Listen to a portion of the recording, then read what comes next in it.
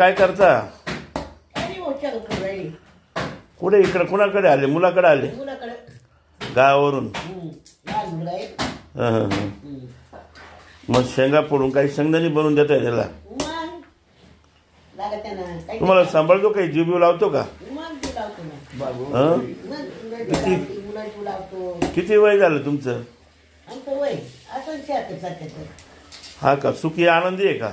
मग आनंदी. हा ना. एखादा अभंग येतो का तुम्हाला? येतो ना. म्हणा मग म्हणा म्हणा एखादा अभंग म्हणा लवकर.